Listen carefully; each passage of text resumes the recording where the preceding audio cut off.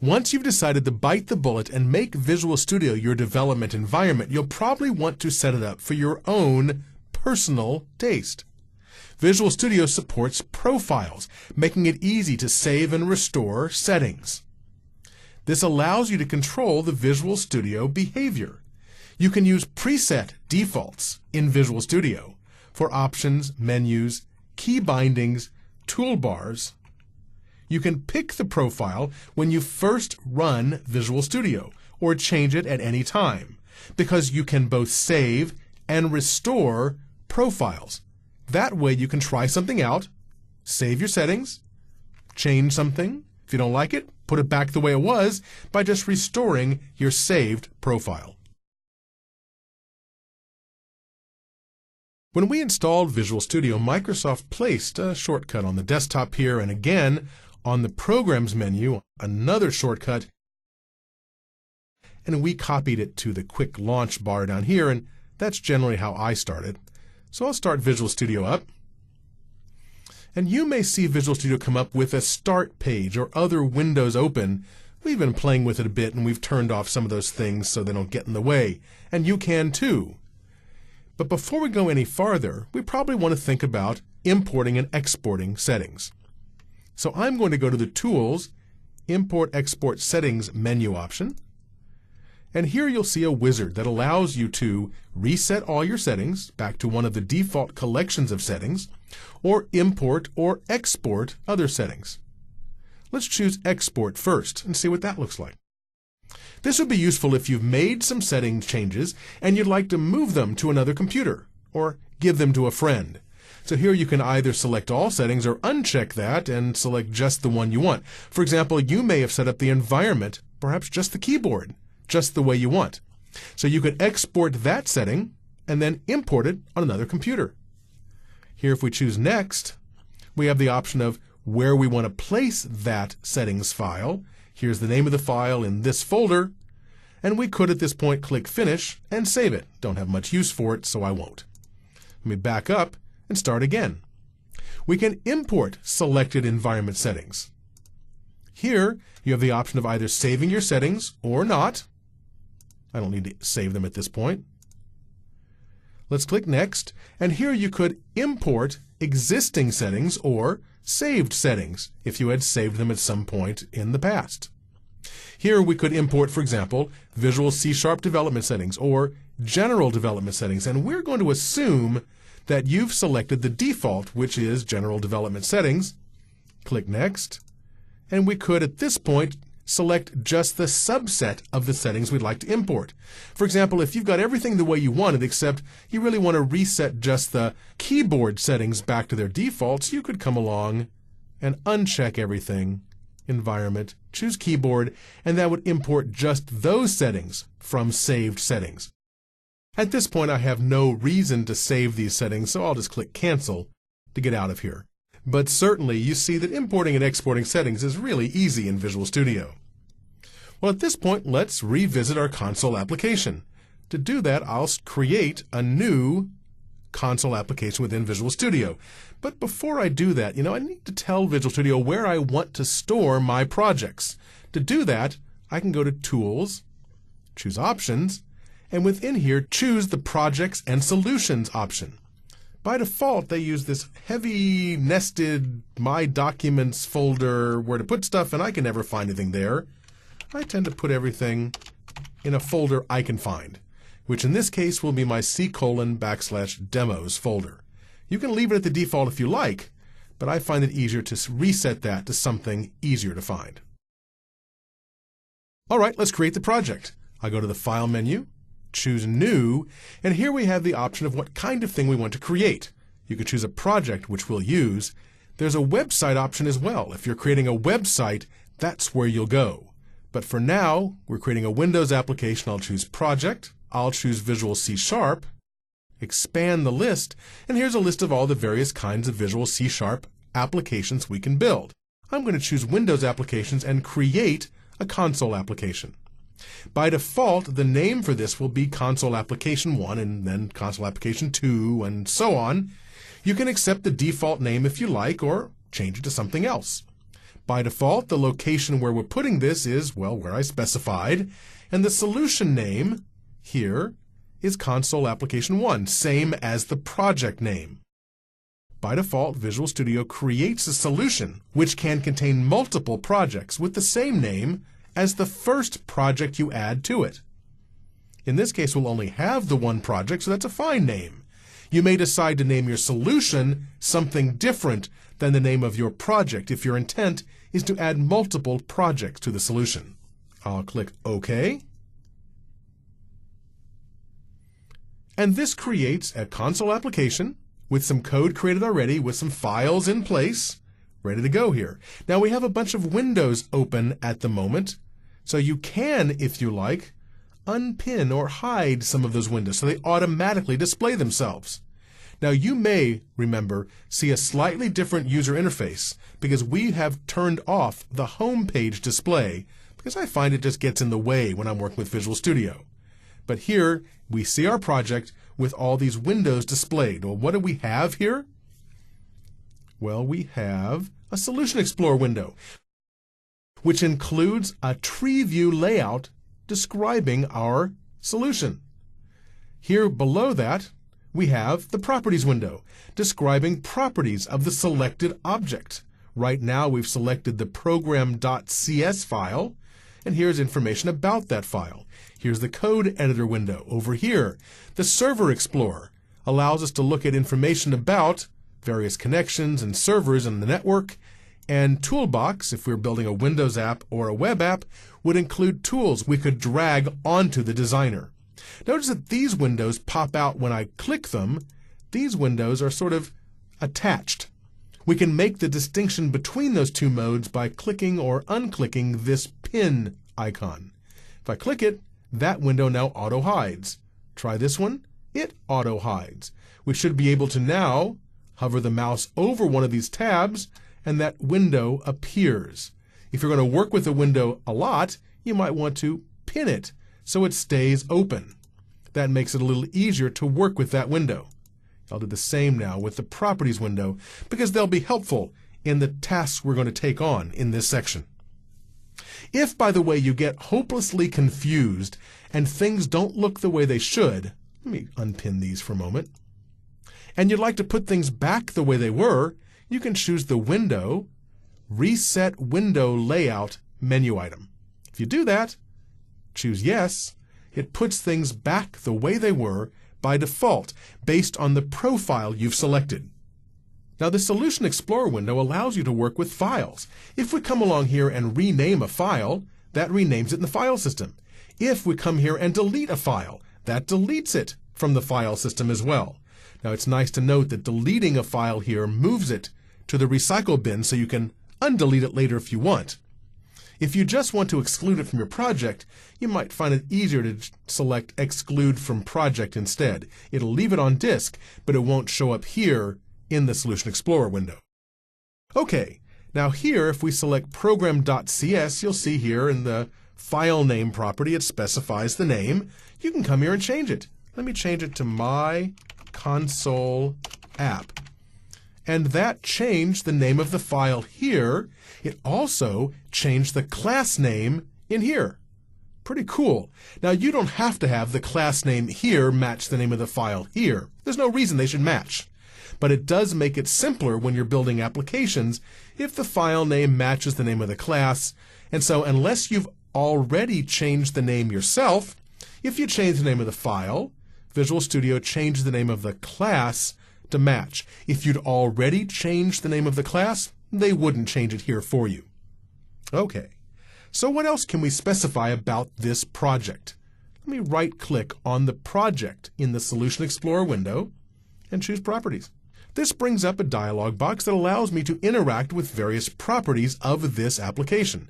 For example, the assembly name. This is the name we're going to create when we build our application. Well, it's going to be called consoleapplication1.exe. I don't want that. I want my console app.exe. And we'll change the assembly name here. You can also change the default namespace. This says for any future classes you add to this application, The default namespace will be Console Application 1. You can change it to be instead My Console Apps. So all of your console apps are grouped together in the same namespace. Even better, you might put your company name in front of it, like appdev.myconsoleapps. You could have appdev.myconsoleapps, appdev.mybusinessapps, or whatever you want for your namespaces. That would apply some sort of hierarchy to your namespaces. At this point, I'll keep it simple and just use myconsoleapps. The output type's clearly a console application. The startup object, we need to specify what we're using, where we look for our main procedure. We can choose My Console App, and now it knows to look within that particular class. If we hadn't specified, and there were more than one main procedure, the application couldn't build. If there's only one main procedure, we didn't really have to specify that, but it doesn't hurt. I'll shut this down for now. Okay, so we're back in our code now, and let's save our changes so far. Notice, by the way, that we set the default namespace for future classes to be My Console Apps. Yet this one is in a namespace named Console Application 1. That's going to be a problem. Because if you want to refer to code within this namespace from code that's in another namespace, you're going to have to specify console application 1.myconsoleapp.stuff. And that's confusing. So in general, if you set the default namespace, you should come here and modify this namespace.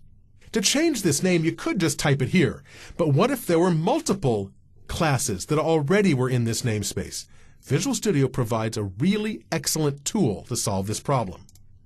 If I right-click, I can choose Refactor. And there are a number of different ways to refactor code. Refactoring is just a fancy word for modify the code in such a way that uses information that Visual Studio has about the code. Not just searching and replacing. They're doing a fancier version that uses the metadata built into the application to perform these changes. In this case, we could have done a search and replace, but why not use the tool? I'll choose Rename, and rename it from Console Application 1 to My Console Apps. At this point, we can preview any place this changes. There's only one place. Click OK, and we'll see that we're going to change in this context to My Console Apps. There's only one instance. That's the one we're changing. We click Apply, and they change that text. You can find that rename refactoring very useful when building your applications. Now we're going to use that system namespace, and you can see at the top there's already a using statement for that system namespace. And actually we can't use system. We couldn't have a using statement unless we'd already set a reference to that assembly. But let's check. Let me go to the references node and expand it, and we'll see here we already have a reference set to the system assembly. If you want to add a reference, you can right-click, choose Add Reference. This brings up the list of .NET references, and you could select any assembly in here. You could browse to a different location. You could look within other open projects or recent references you would set. In this case, we would add a reference to the system assembly. It's already been done, so we don't need to. We'd click OK, and we'd add it. At this point, we have references set for 3 different assemblies: system, system.data, and system.xml, all available to us for use within our applications. Now, sometimes you might want help on various classes within your application. One of the easiest ways to get that help is to use the Object Browser window. So I'm going to choose View, and down here, choose Object Browser. The Object Browser window allows you to search for stuff, or go drill down through the list of objects until you find what you need. We could come here and search for something. I could choose here to expand this and choose from system.io, and here choose something I might want to work with. Here I have, say, File System Watcher, and can find the various methods and objects and properties of the File System Watcher object. You can find this a useful way to drill down through the various stuff we have to work with in .NET until you get to what you're looking for. If you want to find something, you could search for it here. choose Copy.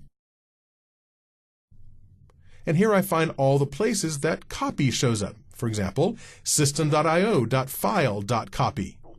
And here's information about that method, including the parameters you might pass to it and a summary of how it works. You may find the object browser useful. You might rather work with the documentation for the .NET Framework. It's up to you. Sometimes one is useful, sometimes the other, sometimes you will use them together. Let me close the object browser window and get back to doing our code. So here in the code, let's come along here and replace the existing code with our own. No reason to keep theirs. I'll type using system. And let's add class hello world. Now again, I usually type the beginning and ending braces at the same time. And notice that Visual Studio will highlight them as a pair, so you can see where matching braces are. Let's add static void main. You can see matching on the parentheses as well. Here, I'll show you. As I select that one, you see the matching went up above. Here, you see the matching went up above. So you can always find the matching pairs. Let me add a comment.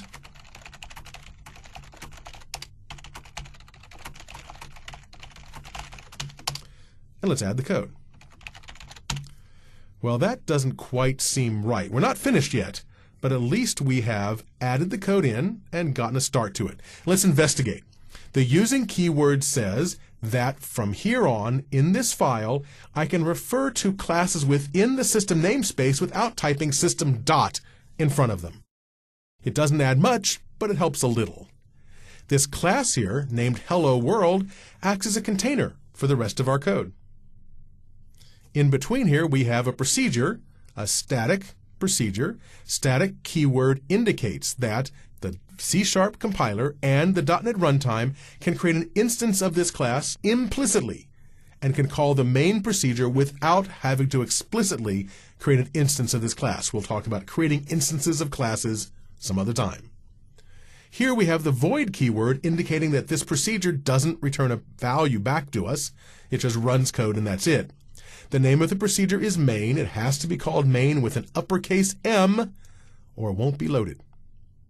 We have a comment here within the procedure, which is surrounded by braces, and we have our call to the console something, something, something, but it's not here yet. Now you might want to be able to compile this code even though it's not really complete. To do that, you can select a block of code and comment out the entire mess. At this point, by clicking that button, this is now valid code. It doesn't do anything, but it's valid code. I can uncomment the selected lines as well, and it removes one level of comments in front of that block of code. All right, let's see if we can use some tools in Visual Studio to help us write this code. The tool I want is called IntelliSense. IntelliSense has Visual Studio display a drop-down list of options when I press dot. Here we see a list of the possible things we could type next. For example, background color.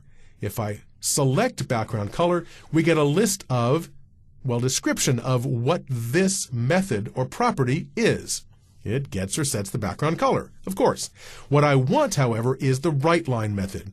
So if I choose W, it scrolls down to the first W method or property here, and I can then select WriteLine or type as much as I want to be unique, for example, right there, and press Tab. And Visual Studio inserts the rest. Now if I press the open parenthesis, at this point Visual Studio displays a list of all the possible ways I could call this thing. From passing no parameters, which just puts a line feed into the output, or I can scroll through them and see all the different ways I could possibly call this procedure. All these are called overloaded versions of the method. There's lots of different ways we can call it with different parameters, and Visual Studio and the compiler figure out what we mean based on the parameter we send. So in this case, if I type hello world, they know this is the overload we mean. You don't have to ever stop and scroll through them if you don't want. I can just type hello world and go on about my business. We're passing a string parameter to the WriteLine method parameters are surrounded by parentheses, and our line of code ends with a line delimiter character. Now notice Visual Studio doesn't write the code for you. You've got to put the parentheses and the semicolons yourself. But that's what programming is all about, right? Let's finish this up by adding a couple more lines of code. We're going to wait for a key press here. And let's add in console.writeLine. If only I could type. Here we are. Press any key to continue. And finish it up. Console.readKey. The read key method says stop and wait for the user to press a key and then go on from there. Let me save everything. File, save all, or we can choose this toolbar icon here. Saves everything. Notice the green line there that indicates that our code has been saved. When you modify code, you see a yellow line, which means it's been modified. We can save it, and the yellow turns to green. Okay, so at this point, we've saved all. Let's build the solution. And you can see in the output window, uh-oh, we got a problem. Houston, we have a problem. What's the problem? Could not find my console. Well, of course it can't, because we specified the startup object. Silly me, I shouldn't have. Let's come here, choose Properties, go to the startup object, and say, well, that's not here. We can either choose Hello World or just not set it. Probably safest at this point, just not set it. Let them figure it out. And let's try building again. Everybody's happy, and you can see the output here, and then in the status bar at the bottom, we see the build succeeded. At this point, we probably want to run it. So I'll choose Debug, Start Debugging, or I could press F5, which I'll probably do from now on. We start debugging, it brings up a console window, it displays our Hello World, and I'll press any key to continue. I press the any key, good luck finding the any key, and we go back to the design environment. Now, I didn't do anything that we didn't do before. I just created an application, and I can go run it just like before. If I go Start, Run, and go to the folder where I put this, here, and if I drill down through my various folders, I'm going to find my console.app.exe, double-click and run it, runs exactly the same. So we didn't do anything special within Visual Studio to run that application. It just ran that executable for us. It also allows us to debug the application, which we'll look at in the next section.